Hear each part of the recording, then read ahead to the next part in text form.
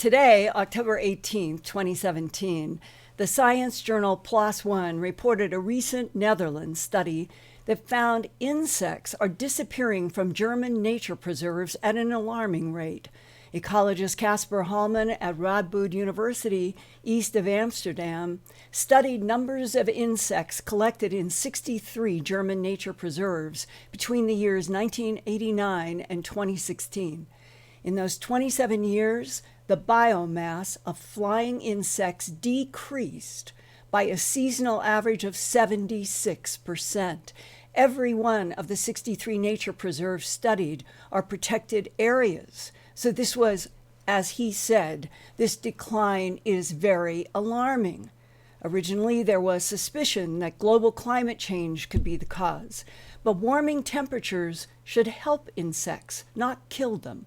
So what is behind the massive disappearances of insects, not only in Germany, but in many parts of the world? No one yet knows for sure, or if it is a steady decline and will continue year after year. But for all of you listening to this Earthfiles.com YouTube report tonight, I would like to learn if you've noticed a great decline in butterflies, fireflies, bees, or other flying insects wherever you live. And if you've noticed a dramatic decline, please email me at earthfiles@earthfiles.com. Just think of a reporter who files news about the Earth.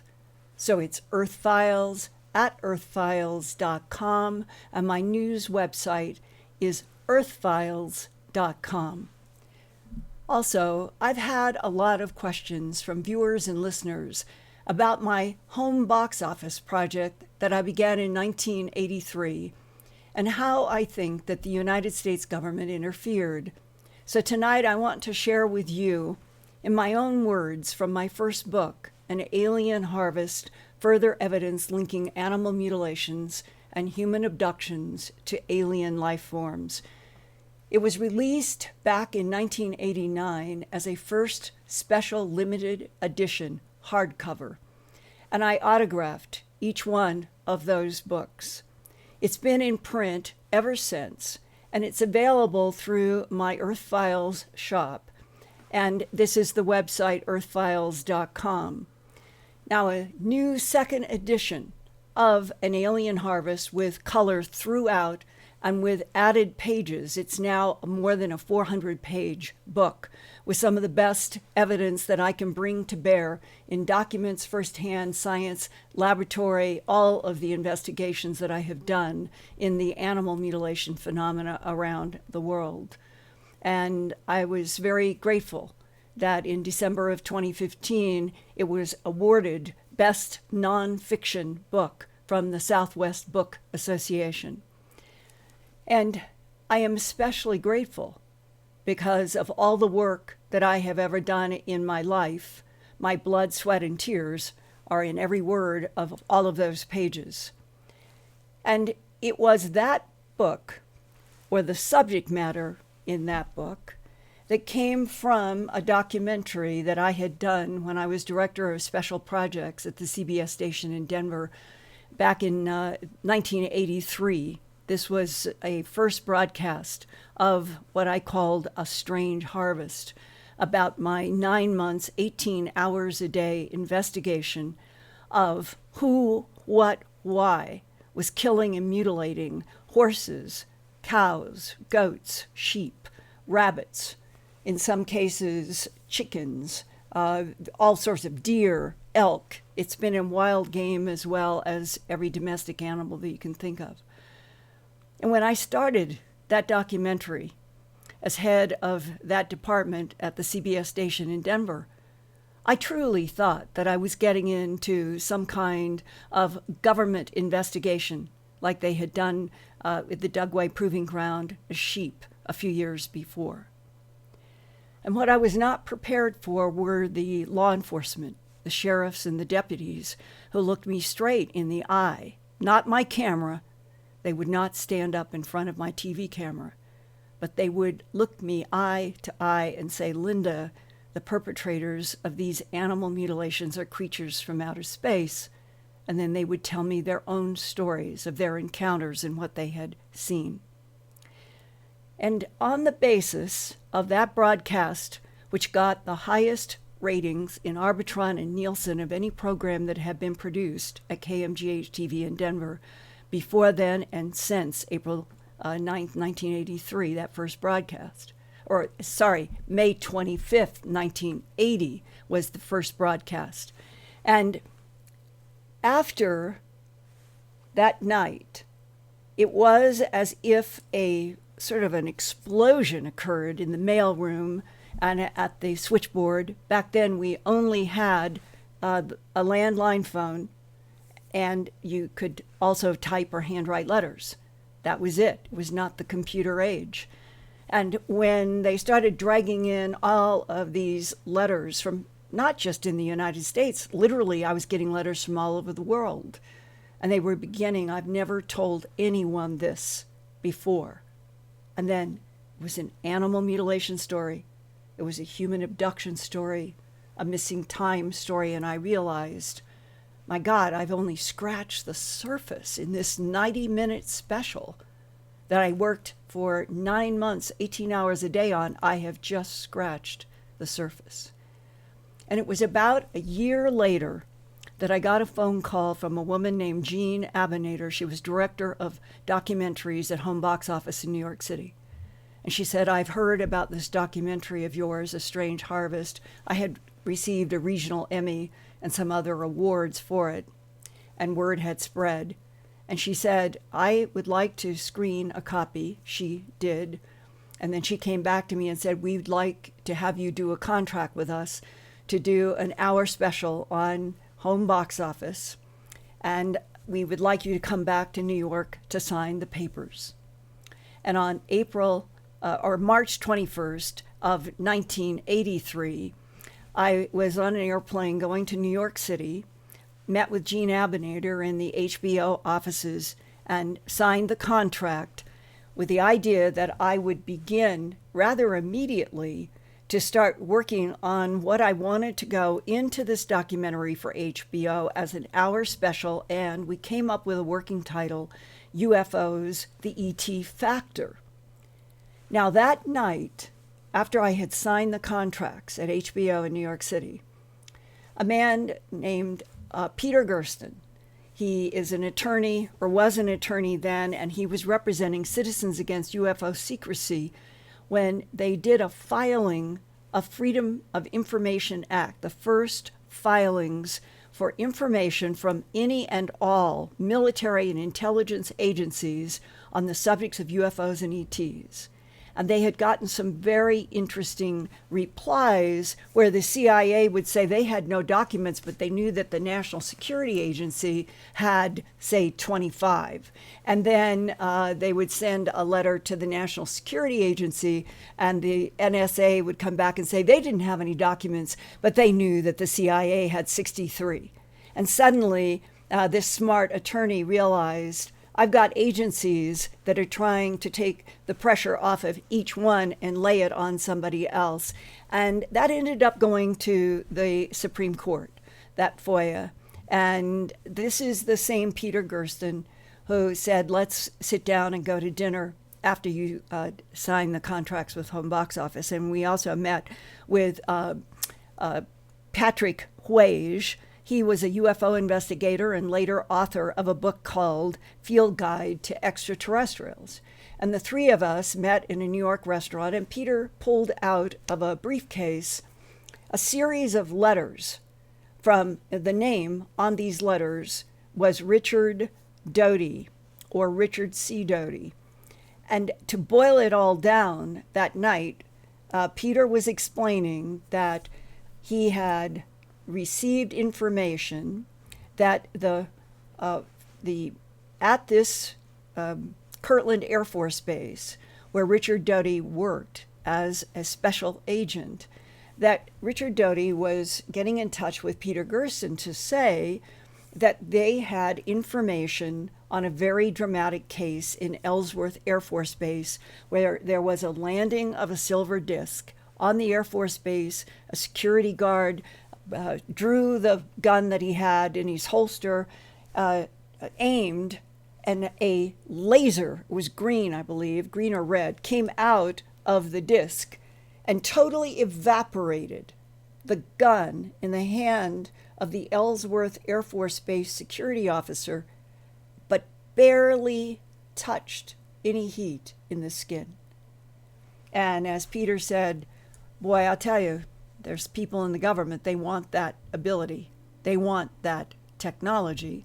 And he said, this man says he's willing to talk with us at Citizens Against UFO Secrecy about this case.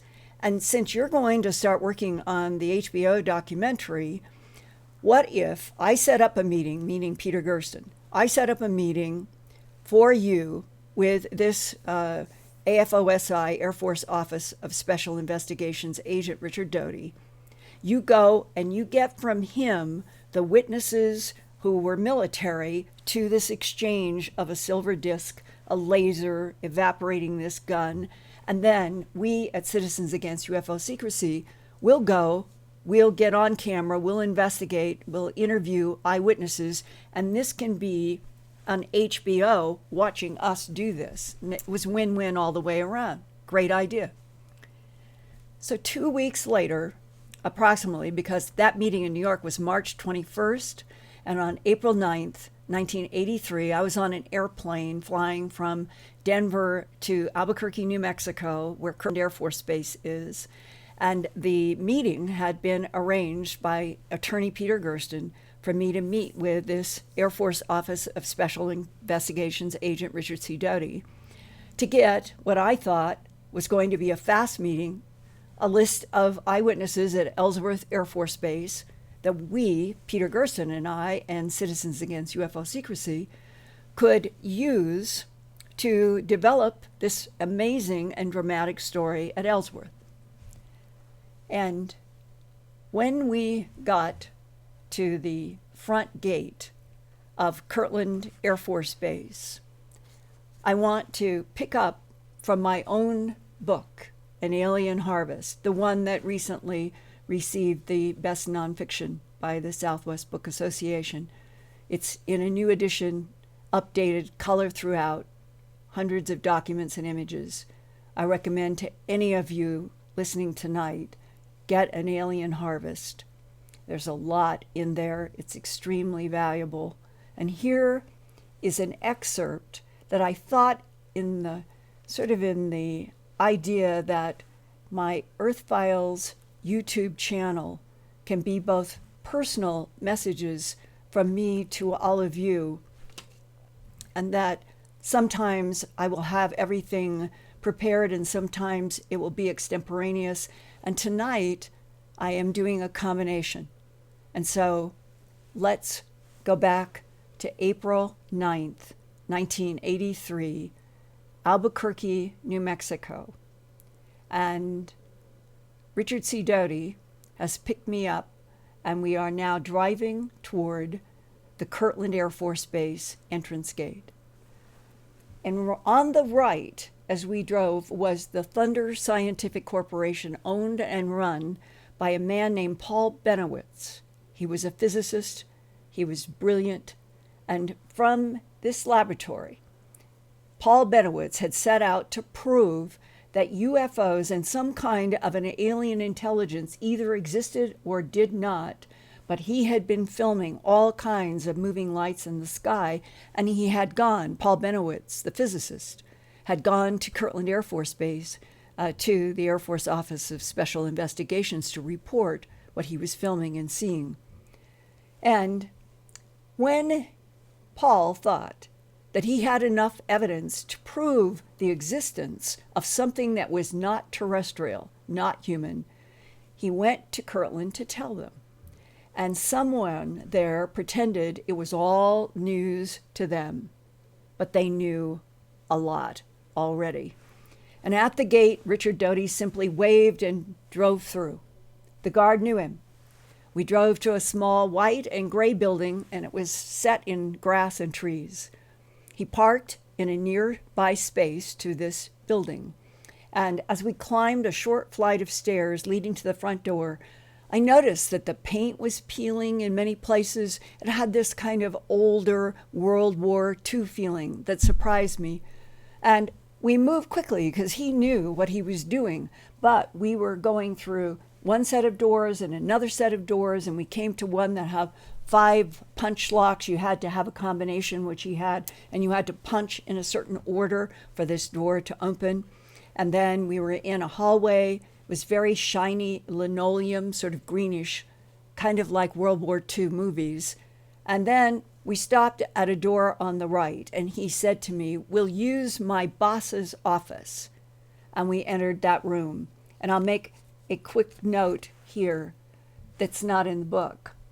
I came to realize about 8 or 10 years later that the reason we were in that office is that it was wired for video, for audio, and that anybody who was in that office would be videotaped for whatever purposes that AFOSI and the CIA that they work with wanted.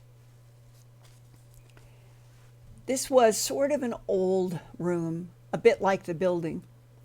And there was a large blonde wood desk at one end. That's where Richard Doty moved to and sat down. And then there was a chair at the side of the desk that was backed up against a wall of windows. And it seemed the comfortable place to sit down, very close to the desk in front of the windows. I did notice that in the middle of the room, away from this big desk, was kind of a large greenish chair, just sort of sitting in the middle of the room, oddly. And I sat down with my back to the windows. Richard Doty is sitting behind the desk, and he said, quote, "You know, that documentary you did upset some people in Washington." He meant A Strange Harvest, my documentary about the animal mutilations. He said it came too close to something we don't want the public to know about, close quote. And that began a brief discussion about my documentary, A Strange Harvest. And I asked him, did he agree with what law enforcement had told me in my investigations, that it was extraterrestrials who were mutilating animals bloodlessly all over the world? And he told me that the subject was classified beyond his need to know. And he told me that I had been monitored while I was making my TV documentary. And I told him I had called the CIA headquarters in Langley, Virginia from Channel 7 in Denver, where I was director of special projects, that I had asked at the person who I was sent to by phone at the CIA in Langley. I wanted to know if I could get an interview with some CIA field agent about what they knew about animal mutilations. And the woman who answered told me politely, "Sorry, the CIA does not allow any media interaction with its field people," but she said that if I wanted to do an interview with the CIA public relations person at Langley CIA in Virginia, I was welcome to arrange that. But even then, as naive as I was about much of the government interaction and relationship with the United States media and citizenry, I knew it would be futile to talk to CIA public relations about animal mutilations, so I didn't pursue that suggestion. And then Richard Doty surprised me when he told me that he knew all about my phone call to Langley. He said every phone call to CIA headquarters was taped, and that indicated to me there was really a very close working relationship between AFOSI at Kirtland, his work, and the Central Intelligence Agency. Then we talked about the Ellsworth story, and he told me that it was a brightly lighted UFO that set down on the ground. He said that it was a security guard that tried to shoot at what he said, what Doty told me, that documents that he had reference to described as beings, whether they were at a door or outdoors or what, I'm not certain, but that as the security guard tried to fire at beings that suddenly appeared, this light, this laser aim, struck the gun in the security guard's hand and lightly burned his skin. And then what was confusing is I am sitting there in that office because attorney Peter Gersten arranged to have this meeting. The whole idea was to get witnesses' names and contact information so that we could all go to Ellsworth Air Force Base and flesh out that amazing story for my HBO project and for Peter Gersten's filing Freedom of Information Act requests on behalf of Citizens Against UFO Secrecy. That's why I'm sitting there at Kirtland Air Force Base on April 9, 1983.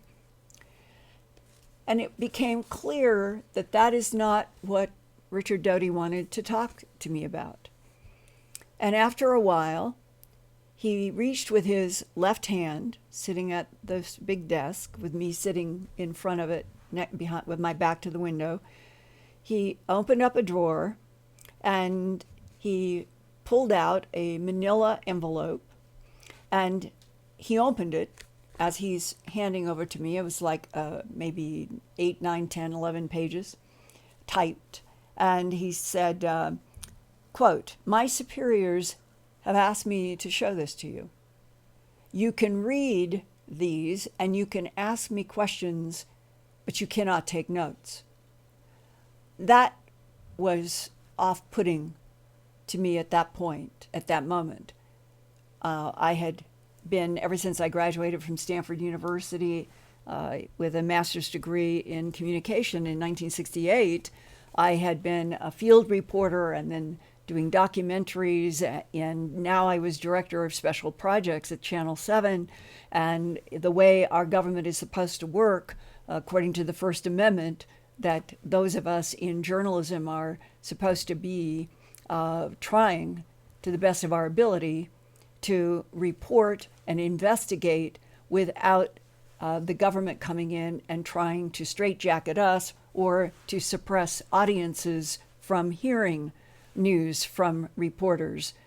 But he made it very clear that what I was interested in was something he was going to divert now, and he's going to talk to me about what is in this envelope. And he said, as you read these pages, I want you to move from where I was sitting. And he motioned to that big, strange, sort of greenish leather chair in the middle of the room. And he said, at that moment, he says, eyes can see through windows. And there were windows around that room, but it certainly was hard to get into that room. So maybe there was some kind of filter on those windows, and I didn't know anything about it. But I got up and I moved to this big chair that was in the middle of the room. And as I looked at the pages in my lap, I wondered, why is he showing these pages to me? And I suddenly was feeling uncomfortable. And yet it was reading the first title that said, briefing paper for the President of the United States of America on the subject of unidentified aerial craft, IACs. I believe that was the first time in my professional life that I had seen that acronym, IACs, and another one that is in this paper was UAVs, unidentified aerial vehicles, and I said UACs. Is a phrase that says identified, and they will be IACs, but this was UACs and unidentified vehicles, aerial vehicles, UAVs. And so what I remember about the very first so-called UFO crash in this paper, the date was 1946. I just remember that it went back that far. And now today, through the lens that I have now, I know that Cape Girardeau, Missouri was even before that, in April of 1941, I'm convinced. But this was starting with a list of UFO and ET body retrievals from crashes beginning in 1946. And it said that the alien bodies and discs were taken to various secure government facilities, such as Los Alamos National Laboratory in Los Alamos, New Mexico, where they were examined and analyzed. Some crash remains were also taken to Wright Field, which is today Wright-Patterson Air Force Base in Ohio, and that the government called the beings extraterrestrial biological entities, or all caps, EBES, EBAs. The bodies were described as gray-colored, about 3 feet to 4.5 feet tall, long arms, 4 long fingers, no opposable thumb, claw-like nails with webbing between the fingers. Instead of a nose or ears, there were only holes. And this was in contrast to another type that I had been introduced to by then, of having a huge nose and vertical reptilian eyes and a head that sloped up like a bullet. That was a completely different type. And there was a sentence that basically said, these are extraterrestrial biological entities. They are not like us, Homo sapien sapien. And the paper described a 1949 crash near Roswell, New Mexico. Not 47. It went into detail on 1949. It said that 6 creatures were found, 5 dead and 1 alive, and that an Air Force officer, later promoted to colonel, took responsibility for the live alien and that it was transported to Los Alamos Laboratory north of Albuquerque.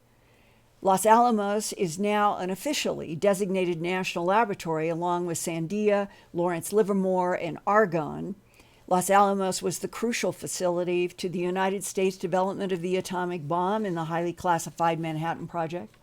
So it would have been a very natural decision to put an even more highly classified secret there, that an extraterrestrial biological entity with both reptilian and insect characteristics, as described to me then. And according to the briefing paper I read, this creature lived at Los Alamos, quote, until June 18, 1952, when it died of unknown causes, close quote. And during those 3 years, EBA, as I was told it was called, communicated about his civilization and its relationship to human evolution on this planet, and that the communication was done mostly mind to mind, telepathically, and that there were even efforts to try to make it possible that the being might be able to try to vocalize something that humans need, because humans have been made in such a way that we are not naturally telepathic. But that didn't work nearly as well as the telepathy. But what they learned is that you could put 50 people around a table with this Eben. Maybe one person out of those 50 at the table would get clarity in their telepathy. And they began to realize they needed translators. They needed people that, for whatever reasons, had some kind of flexibility in their mind to be able to get telepathic nonverbal communication. And this went into this document that I'm now reading in front of Richard Doty. It went into things like the Thomas Mantell crash and how they found that all the metal in the plane was riddled with very tiny, tiny millimeter holes, and that it was maybe, perhaps, one of the first what our government would have interpreted as a hostile act, that we had Mantell going up in an airplane to identify what he said was this huge silver disc in the sky. And then the next thing they know, Mantell's body and the airplane are in many, many pieces, riddled with all of these little holes, apparently from something like microwave frequencies or something else that destroyed the plane and left the residue of all of those holes. In the last 2 pages of reading this document, sitting there at Kirtland Air Force Base in the Air Force Office of Special Investigations, reading these pages, it said on the last page that there were 4 paragraphs. Each was titled with a project name. The first one, to the best of my memory, was Project Garnet. I remembered that because I was born in January, and January is associated with a garnet, and I said, remember your birthstone. Project Garnet, it stated that all questions and mysteries about the evolution of Homo sapien on this planet had been answered, and the powers that be had closed that project. That was sobering to read those words back in 1983. Another paragraph was Project Sigma. It said the government had been in communication with the extraterrestrials since 1964, and I think it was April 25th, 1964, in another Earthfiles YouTube. I'll go into one of those, we'll call it chapters of what I have learned, but not tonight. Another paragraph concerned Project Snowbird. It described ongoing research and development of extraterrestrial technology and U.S. efforts to fly one of the alien craft.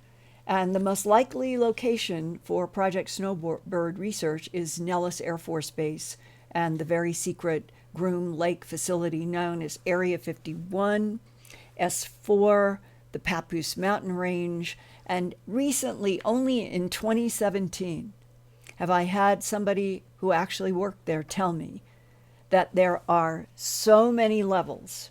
It goes down so deeply, but there is no possibility of anything going straight. You might get an elevator that goes 2 floors, then you have to get out, you have to do a U, you have to go to another elevator. If you don't have access at that level, you aren't going anywhere. If you have access, you'll go down maybe a few more floors. You'll stop. You'll have to go another direction. They've really made it impossible to get down to the lower levels, which, as I understand it, today in 2017, that there is a collaboration between what is called extraterrestrial biological entities and people in our government and scientists still deep down under Area 51, S4. The final paragraph in this document that I remember was called Project Aquarius. And it said that this was an overall project with the goal of accumulating all available information about the alien life forms that our government was discovering were not only interacting with the Earth in the present, but that they had been interacting with this planet, as one man from the Defense Intelligence Agency years later would tell me, Linda, we have proof of at least 3 competing geopolitical, territorial, conflicting, extraterrestrial, or other dimensional, or time travelers in all 3 categories are mixed. And this was the length of time he put. He said for at least 270 million years. And to that man I said, but that's before the time of the dinosaurs. And he looked straight at me. He did not avert his eyes. And he said, Linda, one of the groups that we are dealing with on this planet created the dinosaurs as a 65 million year long laboratory experiment. That is the size of the terraforming and the geoforming that has been going on our planet.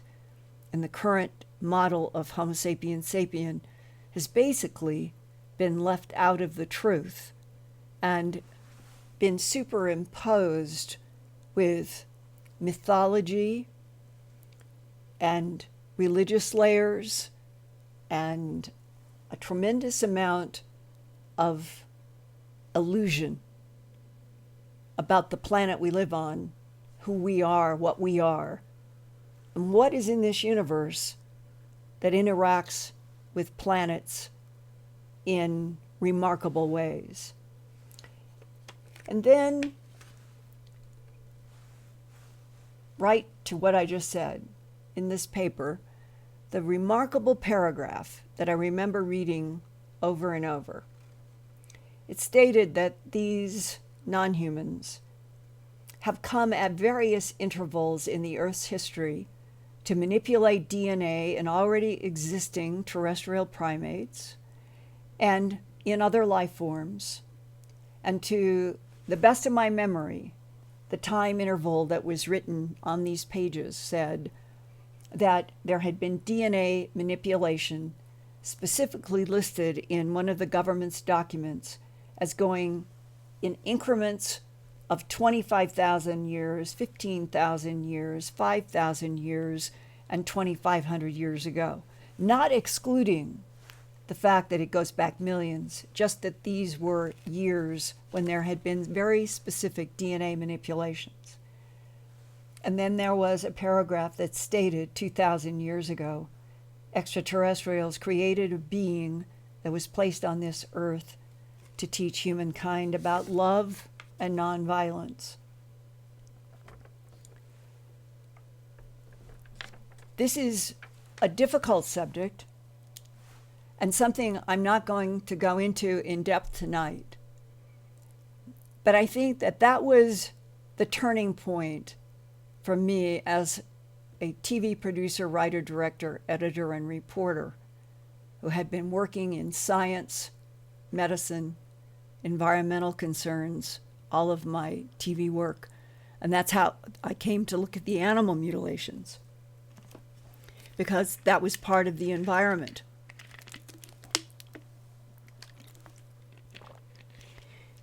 And I thought in the beginning that I was getting into some sort of an environmental contamination story. And it was sheriffs and deputies and ranchers who looked at me straight in my eyes and said, "Linda, the perpetrators are creatures from outer space." And that was shocking at the beginning of doing the documentary. And now in 1983, I'm being introduced through these pages sitting in the Air Force Office of Special Investigations at Kirtland Air Force Base in Albuquerque, New Mexico, being introduced for the first time in my life to the concept that it has been non-human intelligences terraforming and interacting with our planet Earth that could explain the mysteries of the missing links in our own evolution and what we have called mythologies and religions. And from that point forward to this day, to this hour, to this minute, talking to all of you on my Earthfiles YouTube channel, it seems to me that in these extremely revolutionary and potentially violent times now on the planet, that if we all could share the real truth about what we are in relationship to the planet Earth, what Earth's relationship is to a variety of other intelligences that have been using our planet while we have been kept in the dark, and that we are moving very rapidly to launching to do a base on the moon, to do a base on Mars. If Elon Musk has anything to say and do about it, I think we will be there, and it won't be very long. He says he's moved up his timetable from 2026 to 2024, I think, to launch. If what I have shared, which is just a small piece of this huge story of what I've shared tonight, makes you think about what you are from the inside out, and then what you are living on this planet with a myriad of beings, some Homo sapiens sapien and some not. And that if we're going to survive ourselves, as I began at the top, with such a huge decline in flying insects, in that more than 60 nature parks protected in Germany, And I hear from people in the United States and Canada who are saying they haven't seen insects. The fireflies have gone. We know the problems of the monarch butterfly. It could be that we truly are at an existential moment on the earth no matter what, because humans have got to stop killing each other. If we're going to get out into space, and if we're going to survive to get out into our universe, we've got to learn something more about not trying to kill the humans that we disagree with. And so in a funny, strange way, what started out for me back in 1979 in Denver, Colorado, as director of special projects at the Channel 7 CBS station, I just wanted to find out what was happening to all these animals that had these strange excisions and no blood. And the laboratory work that I did, that you can see in An Alien Harvest and my other work and at earthfiles.com, the excisions were treated to heat hot enough to cook the hemoglobin and to cook the collagen. So it was technology. And they're happening today. I'm going to be doing reports soon about animal mutilations in the United States and in England, paralleling each other at exactly the same time across the ocean. So in a way, nothing has changed. We're living on a planet, and there are other forces and intelligences on this planet other than Homo sapiens sapien.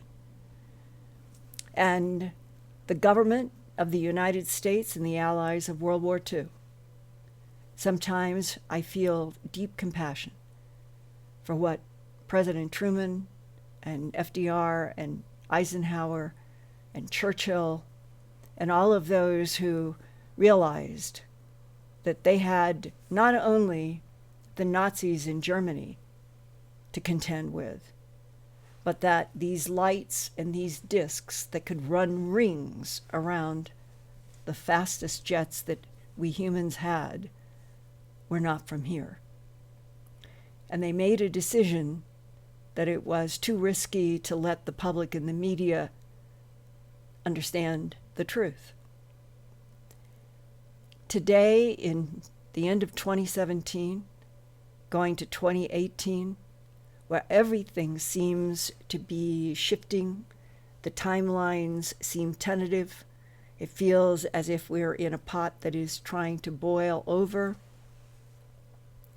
I am hoping that those headlines, we're not alone in this universe, we never have been, that all kinds of other intelligences have been using this planet as a laboratory, as that man said at the DIA, for at least 270 million years.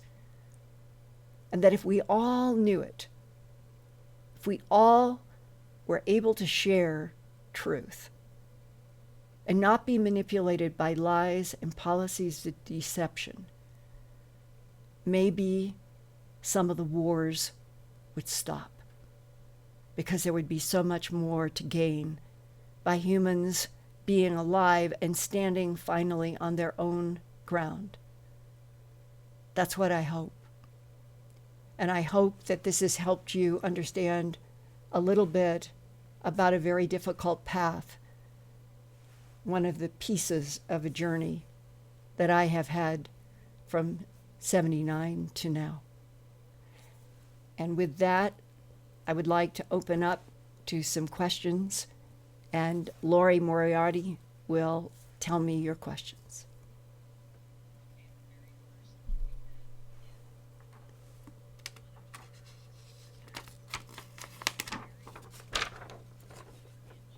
Yeah. Yeah.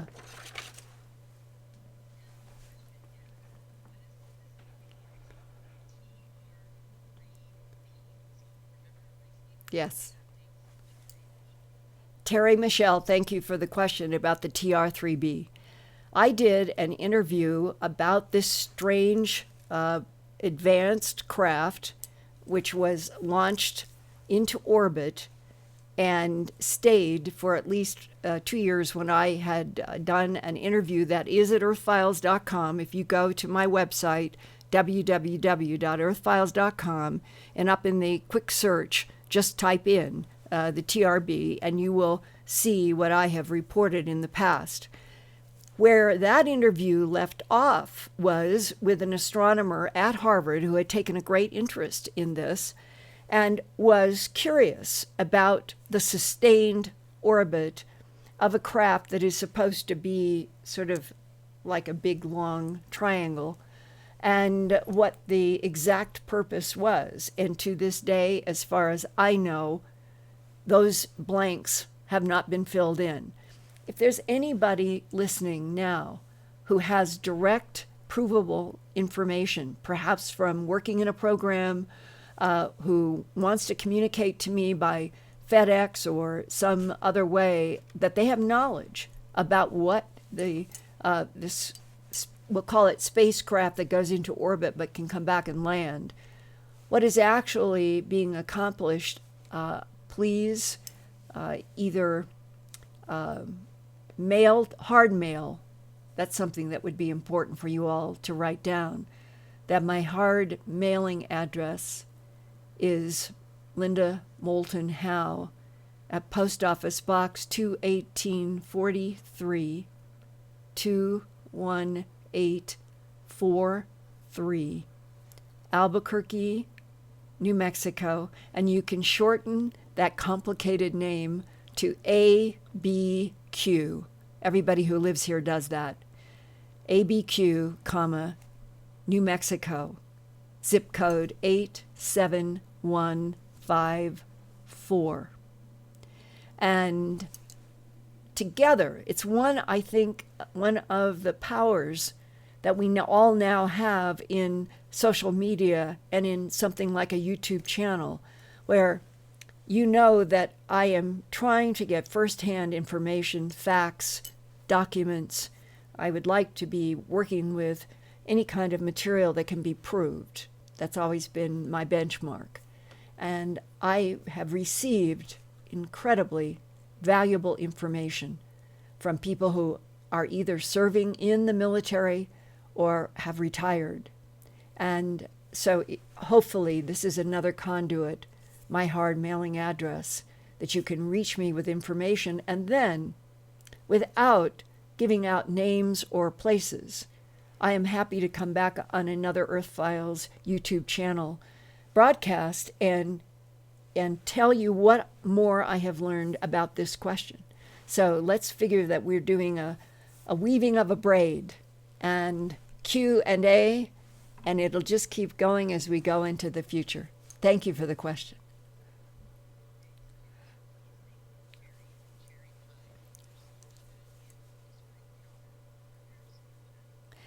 And thanks to Cherry for your super chat and Close Encounter super chat. Yes.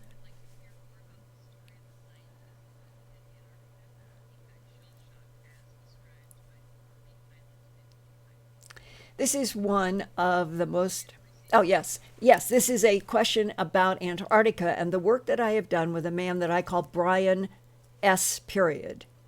And he was a naval flight engineer, and this year was 1998.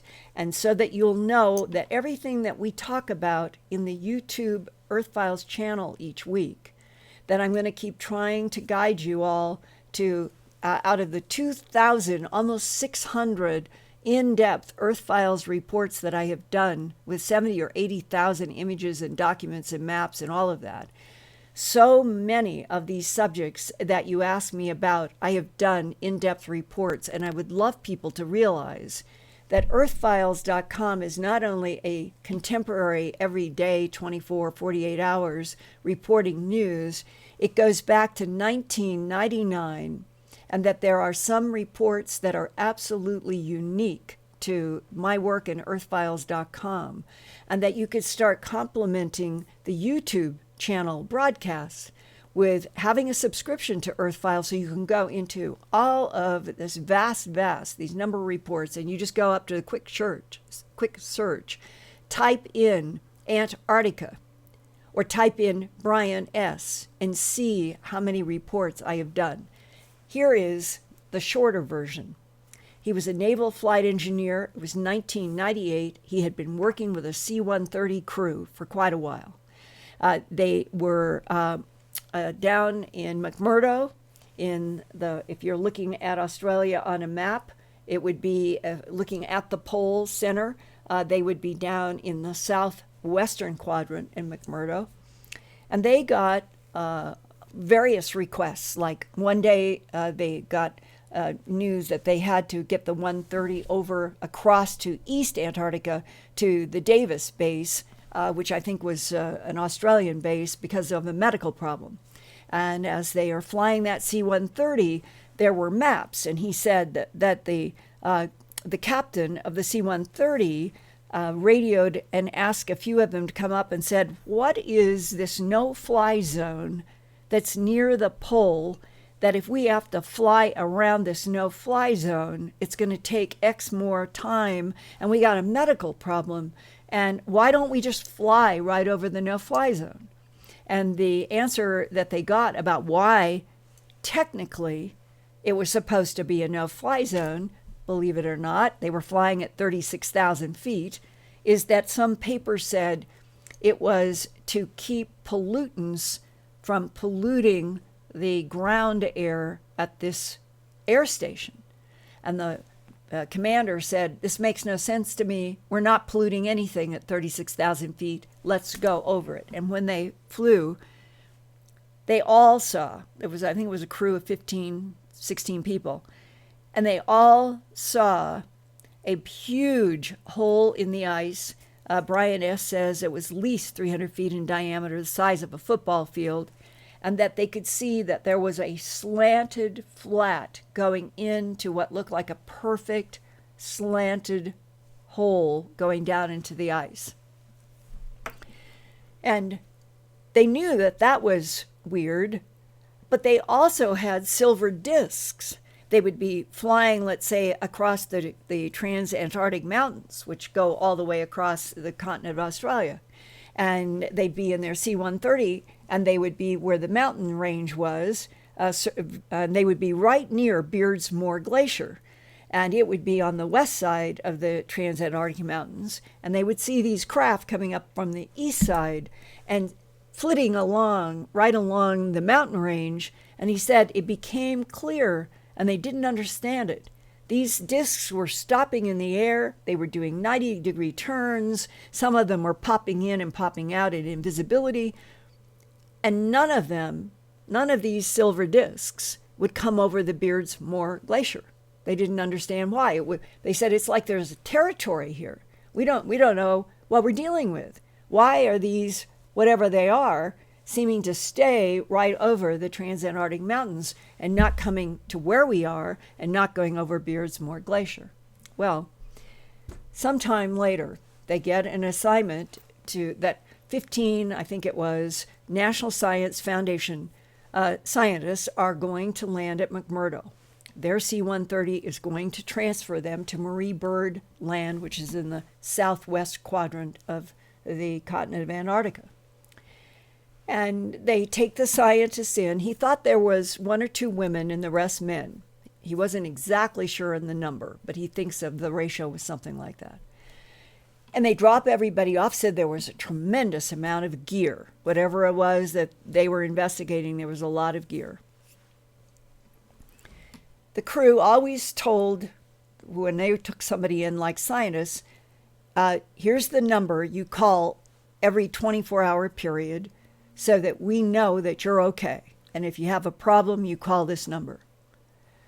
And they learned that about a week or so had gone by after dropping these scientists in, and nobody had received any communication from the scientists at all in McMurdo.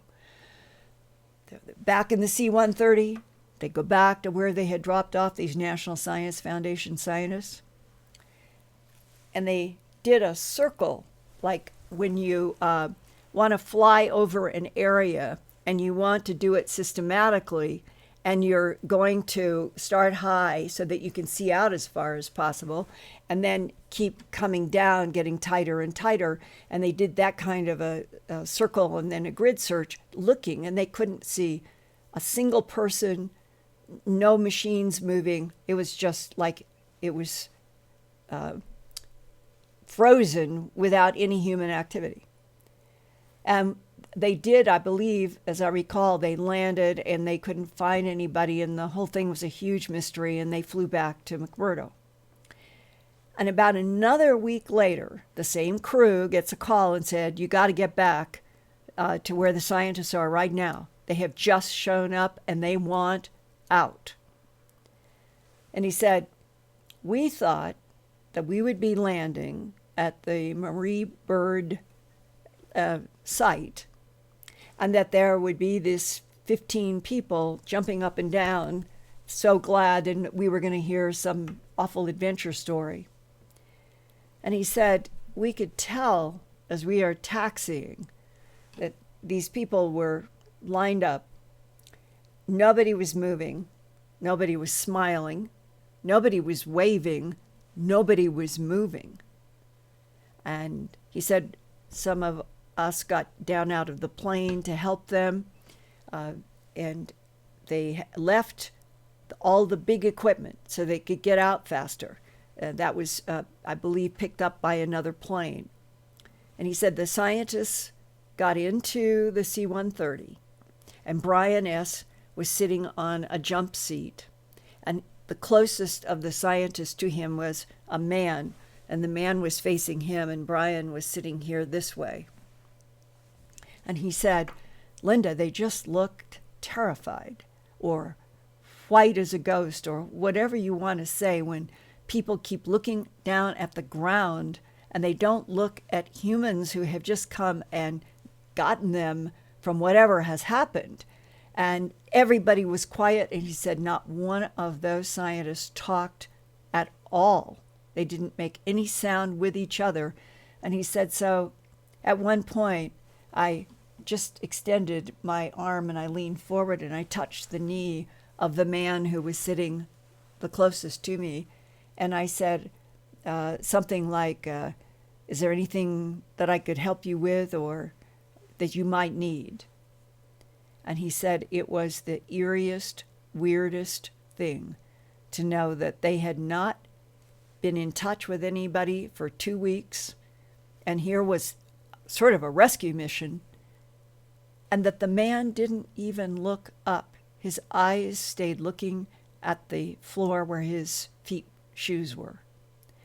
And he said, whatever happened to this crew of National Science Foundation scientists, they were left in a state of shock.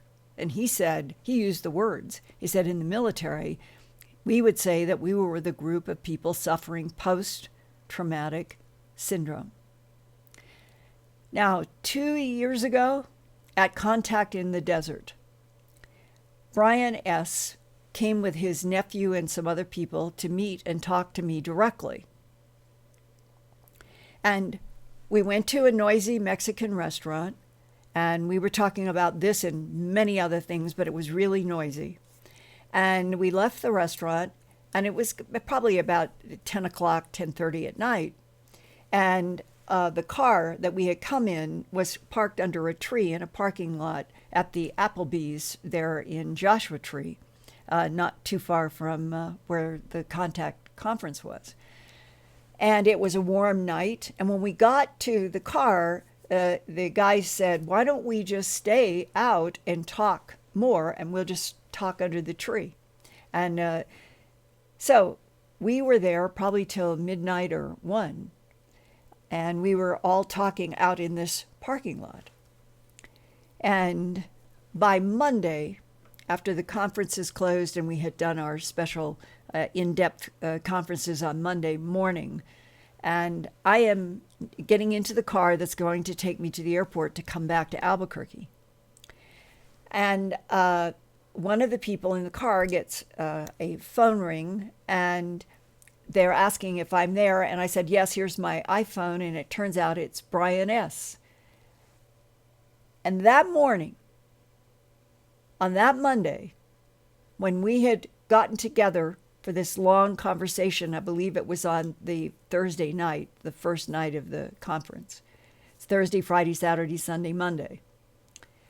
At work, and he still works at a place where it's classified. The phone rang, and it's a number that I can't call and you wouldn't be able to call. It was a special number, and the person doesn't even introduce themselves and just says, "We know that you have been talking to Linda Moulton Howe about the National Science Foundation scientists in Antarctica, and I'm here to tell you you are to stop talking about that, and you are not to talk with her about these details." And it went on in a kind of threatening voice, and then it hung up. And Brian was waiting to talk to me about this, and he told me, he said, "You know, I really resent. I'm not working in the Navy anymore. I'm not working in intelligence. I don't have any NDAs, non-disclosure that you would sign." He said, "I don't have anything that's active. I am an American citizen. And I'm talking to you as an American citizen who had a naval career, but I don't have anything that's binding me. And yet they're threatening me at my work that is also in a different classified section." And it made him, frankly, it made him angry. And as we are moving out of 2017 into 2018, this discussion that I just described of a threat to him and indirectly to me about this whole story in Antarctica, this was only a couple of years ago. And what I and others are continuing to find out from whistleblowers, and what I hope I will be able to report more about in 2018, is how mysterious and linked to an alien presence Antarctica is. One more question.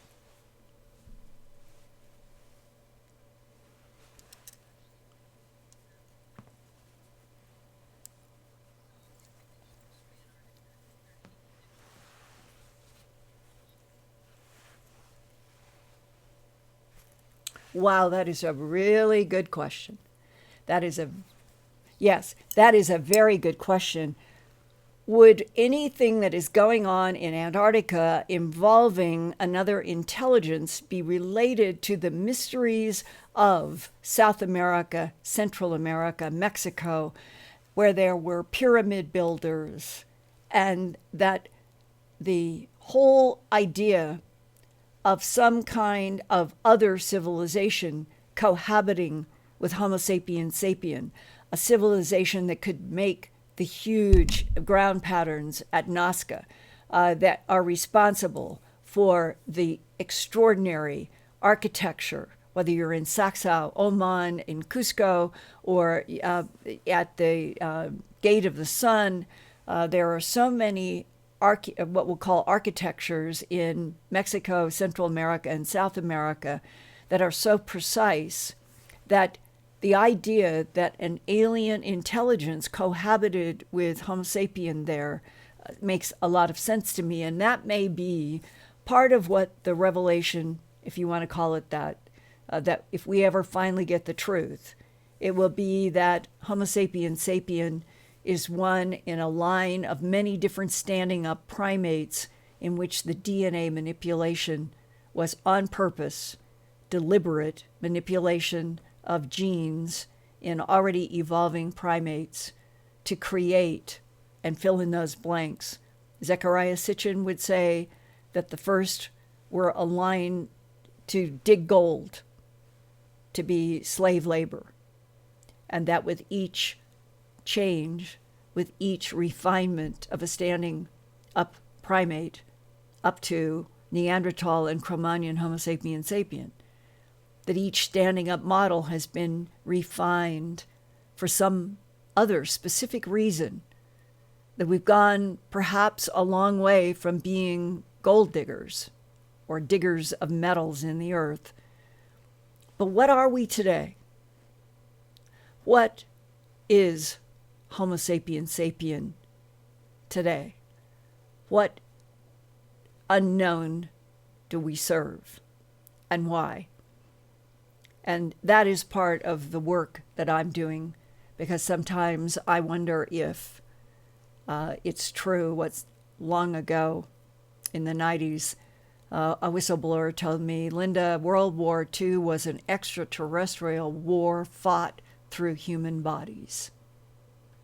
If that's true, and we became conscious of it all, maybe finally humans would be kinder to each other, and that our wars with each other would stop.